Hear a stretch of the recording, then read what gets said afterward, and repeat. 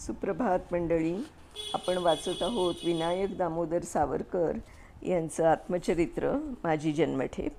त्यातल्या उत्तरार्धातलं प्रकरण 5वं आपलं चालू आहे. मागच्या भागामध्ये त्यांनी आपल्याला सांगितलं की ते जे पत्र वार्षिक पत्राद्वारे ते कोणत्या धोरणाने आणि किती झटत होते ते दृग्गोचर होईल असं म्हणून ते पत्राचं त्यांनी थोडासा भाग आपल्याला सांगितला होता. तर पुढे सुरू करते. या सर्व चर्चेत मी प्रत्यक्ष परिणामापेक्षा या सर्व प्रयत्नांच्या अनुषंगिक नैतिक परिणामांकडेच अधिक लक्ष दिलेले आहे हे मी मोकळेपणाने सांगतो.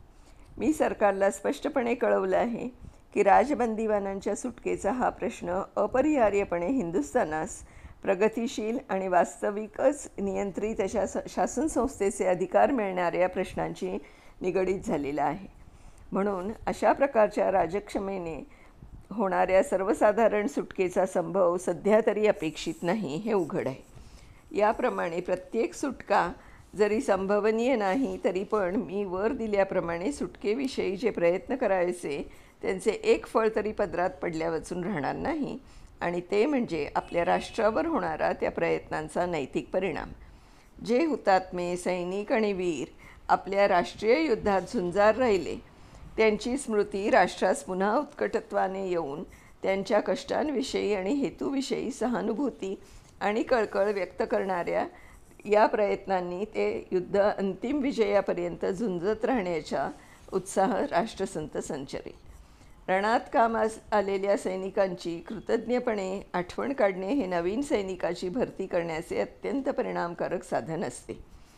वर उल्लेखल्याप्रमाणे मी शासन संस्थेच्या सुधारणेविषयी माझे विचार कळवण्यासाठी मॉन्टेगुना आणि गव्हर्नर जनरल यांना अलीकडेच जे आवेदनपत्र टाकले त्यातील मुख्य विधेये अशी होती की जर ते म्हणतात त्याप्रमाणे हिंदुस्थानात खरोखरच एखादी उत्तरदायी शासन संस्था स्थापन करण्याचा त्यांचा विचार असेल तर मग आम्हा राजबंदीवान्यांना बंदीशाळेत कोंडून ठेवण्याचे मुळीच कारण नाही.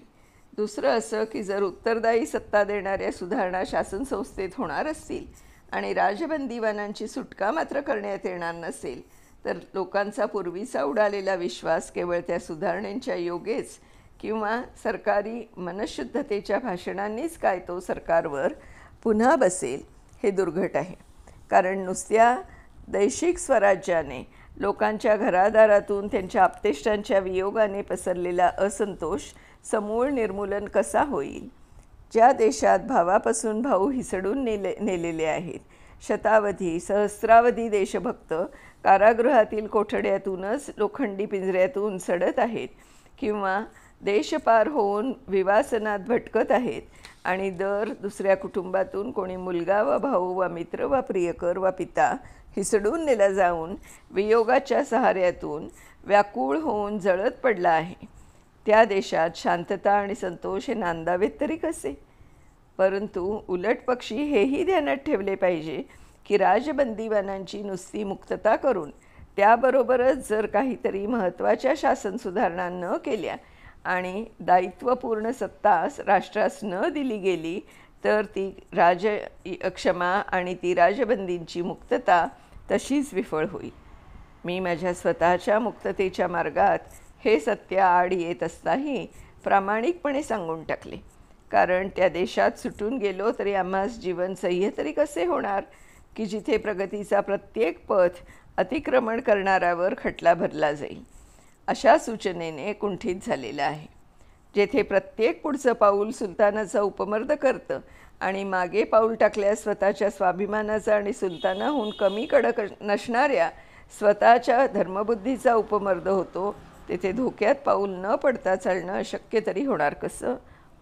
एतदर्थ दैशिक स्वराज्य आणि राजबंदीवानांची मुक्तता ही विभक्त होऊ शकत नाही. एकास सफळ व्हावयाचे तर दुसऱ्या सहज त्याची योजना झाली पाहिजे. मी हेही स्पष्टपणे सांगितले होते की हे आवेदन धाडण्यात माझा मुख्य उद्देश राजबंदीवान वर्गाची मुक्तता हाच असल्याने मला स्वतःला न सोडले तरी मी असंतुष्ट राहणार नाही.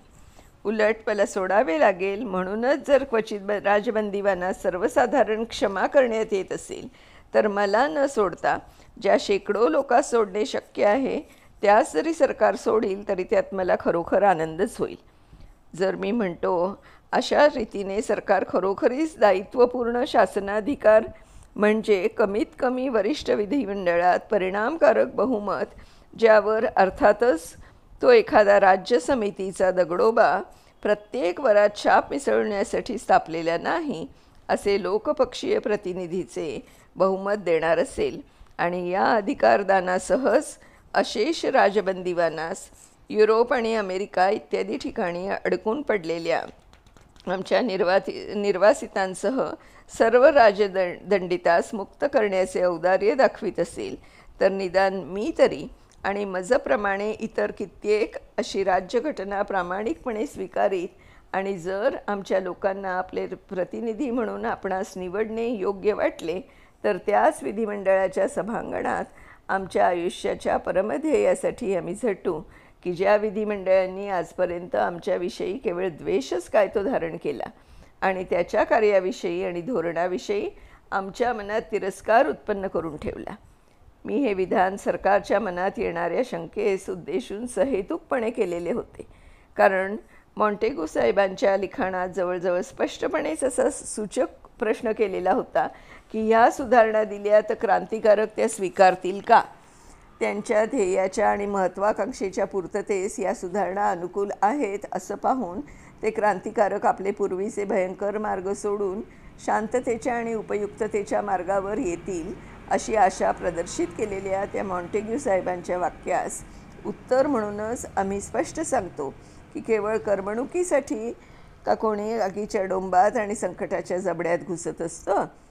हे क्वचित घडतं आणि हे तर त्याहूनही क्वचित घडतं की जो खरा देशभक्त आणि भूतदयेने प्रेरित झाला आहे तो रक्तपात, आघात, प्रत्याघात यांनी अपरिहार्यपणे क्रूर झालेल्या राजक्रांतीत रंगून गेलेला आहे, की जेव्हा त्यास अधिक लाभकारक, अधिक परिणामी, अधिक सुलभ, अधिक संघर्षशून्य असा प्रगतीचा एखादा वैध मार्ग उघडा आहे आणि तो आक्रमणे शक्य आहे.